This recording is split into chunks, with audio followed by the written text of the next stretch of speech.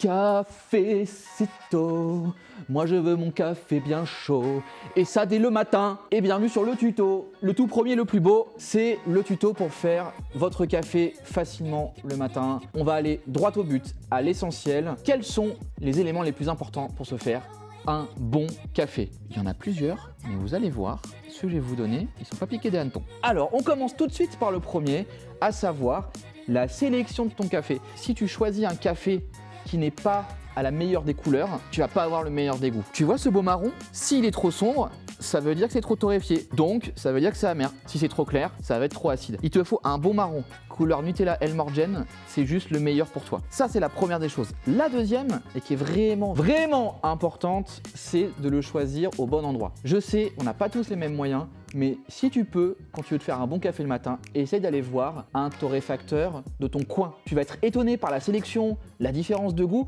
et même parfois les prix. Il y a de plus en plus d'initiatives solidaires pour le café, donc profites-en. On va parler maintenant des choses techniques. La première et pas des moindres, c'est la mouture. Là, ce que tu vois, c'est la mouture idéale que je me suis trouvée pour mon espresso. Si la mouture elle est trop fine, l'eau passe pas. Si elle est trop épaisse, l'eau passe trop vite. Beaucoup de gens ont tendance à prendre leur mouture trop fine. Donc ça fait un goût un peu salin. Ce que je vous propose, c'est plutôt d'avoir tendance de la prendre un poil trop épaisse et de mettre un peu plus de café. Comme ça, vous vous assurez toujours d'avoir un goût sympa, équilibré. Et au moins avec ça, on s'évite l'eau de mer dans le café. La troisième et pas des moindres, ça va être la température du café. On va dire la température idéale, 90 degrés Celsius, car ça permet d'avoir le goût le plus basique, le plus entre deux. Comment on fait 90 degrés?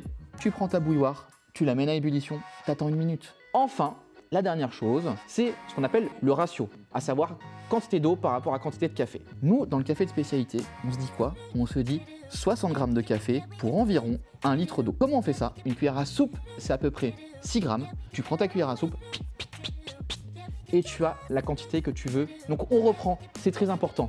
Petit 1, le type de café. Petit 2, la mouture de café. Petit 3, la température de l'eau. Et petit 4, le ratio entre les deux. Maintenant, c'est à mon tour de me faire un bon café, car vous voyez là, j'ai soif et je vais me faire un bon petit truc.